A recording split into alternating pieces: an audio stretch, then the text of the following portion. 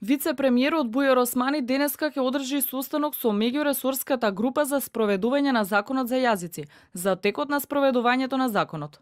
Паралелно со преспанскиот договор, владата го имплементира и законот за употреба на јазиците. Со овој закон е предвидено институциите да потрошат 1,5 милион евра за менување на таблите и да ја направат целата документација двојазична. До јули треба да станат двојазични сите табли и печати на институциите, улиците, мостовите, плоштадите во Скопје и сите други места каде албански зборуваат повеќе од 20% од граѓаните. За промената општините чекаат инструкции од владата. ВМРО-ДПМН во јануари поднесе кривични пријави против потписниците на законот. Од опозицијската партија ги обвинуваа собранискиот спикер Талат Џафери, заменик генералниот секретар на собранието, како и директорот на службен весник, дека со своите потписи и објавување на законот ја злоупотребиле службената положба и овластување.